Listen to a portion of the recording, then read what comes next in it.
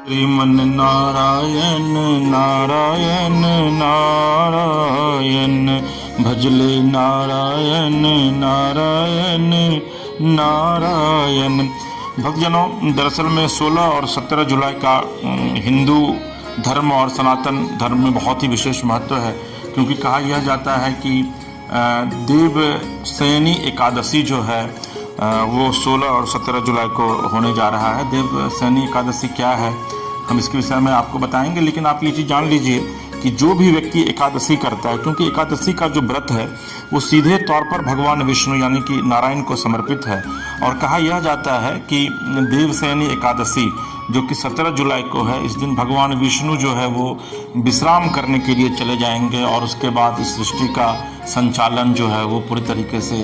महादेव करेंगे, यानी कि शिव जी के हाथ में सृष्टि का संचालन होगा। देखिए, चतुर्मास से जुड़ी हुई कई मान्यताएं हैं। अभी आषाढ़ मास चल रहा है और इस मास के शुक्ल पक्ष की एकादशी का महत्व जो है वो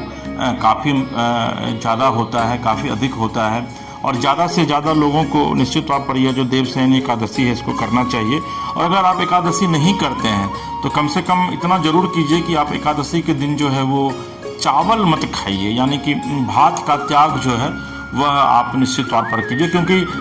17 जुलाई के विषय में कहा जाता है कि 17 जुलाई को भगवान विष्णु जो हैं वो क्षीर सागर में 4 महीने के लिए शयन करने के लिए चले जाएंगे। और आप जो नारायण की एक तस्वीर देखते हैं जिसमें कि नारायण सागर के नीचे शेषनाग की सैया पर लेटे हुए हैं और माँ लक्ष्मी जो है वो उनके चरण को दबा रही है, तो कहा जाता है कि यही जो 4 महीना है, ये 4 महीना का ऐसा वक्त आता है जिसमें कि क्षीर सागर में भगवान नारायण जो हैं वो शयन करने के लिए, आराम करने के लिए वो चले जाते हैं। और उसके बाद जो भी जितने भी शुभ काम होते हैं हिंदू धर्म में, चाहे वो शादी विवाह हो, गृह प्रवेश हो, बच्चों का नामकरण संस्कार हो, मुंडन हो, जनेऊ हो, उपनयन हो, या कोई भी शुभ काम हो, घरवास हो, गृह प्रवेश हो, तो इन कार्यों पर जो है वो रोक लग जाती है, क्योंकि नारायण जो है वो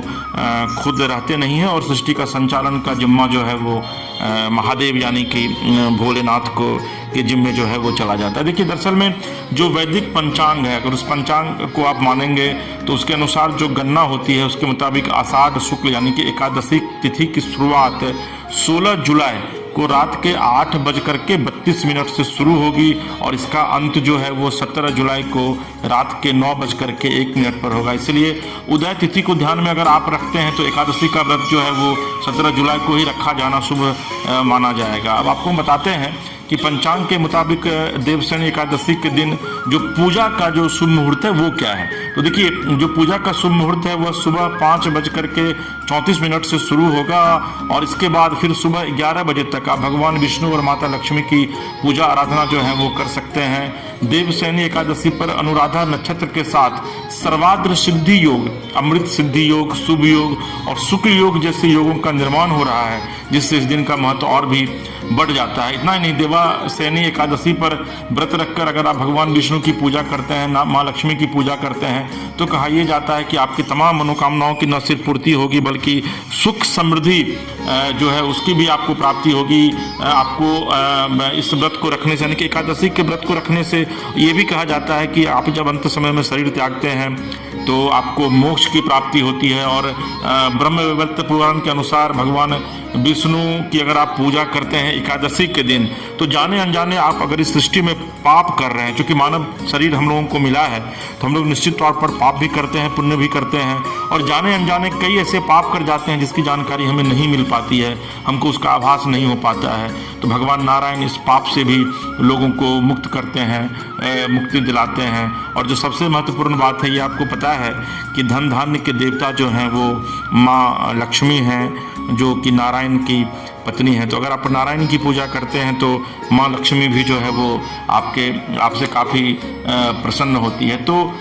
17 तारीख को, 17 जुलाई को आप उसके पहले यानी कि 16 जुलाई और से आप अगर नॉनवेज भी खाते हैं तो आप 16 और 17 जुलाई को नॉनवेज मत खाइए, क्योंकि ये बहुत ही शुभ दिन है। आप एकादशी नहीं करते हैं तो मत कीजिए, लेकिन 16 और 17 जुलाई को आप नॉनवेज, मदिरा, इन सब चीज़ों का सेवन मत कीजिए। कोशिश यह कीजिए कि उस दिन अगर भात हो, यानी कि चावल अगर आप खाते हैं, चावल के ज़्यादा शौकीन हैं, तो आप उस दिन चावल ना खाइए बल्कि रोटी खाइए। और ऐसा कहा भी गया है कि एकादशी के दिन ऐसे भी अगर आप एकादशी ना भी करते हो तो एकादशी के दिन जो है वो चावल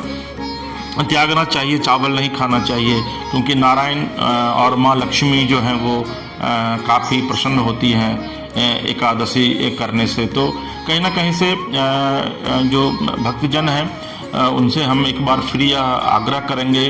कि भगवान जो हैं वो 4 महीनों के लिए अब निद्रा में जा रहे हैं और इस वक्त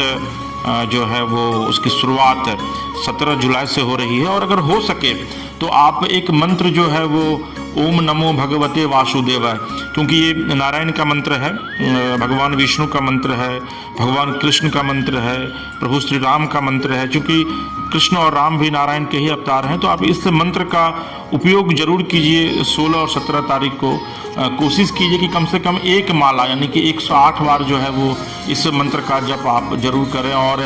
17 तारीख के सुबह में अगर आप सवेरे जगते हैं तो स्नान करने के बाद तुलसी में 1 लोटा जल जो है वह दीजिए। भगवान सूर्य को जो है वो अर्घ्य दीजिए। भगवान शिव की उस दिन जरूर पूजा कीजिए, क्योंकि भगवान शिव जो हैं उस दिन से सृष्टि का कार्यभार संभालेंगे। तो भक्तजनों, एक बार फिर से आपको मैं याद दिलाना चाहता हूं कि 16 और 17 जुलाई, खास करके 17 जुलाई का जो है वो काफ़ी महत्व है। और इस एकादशी में आपको क्या करना है, क्या नहीं करना है, इन तमाम बातों की जानकारी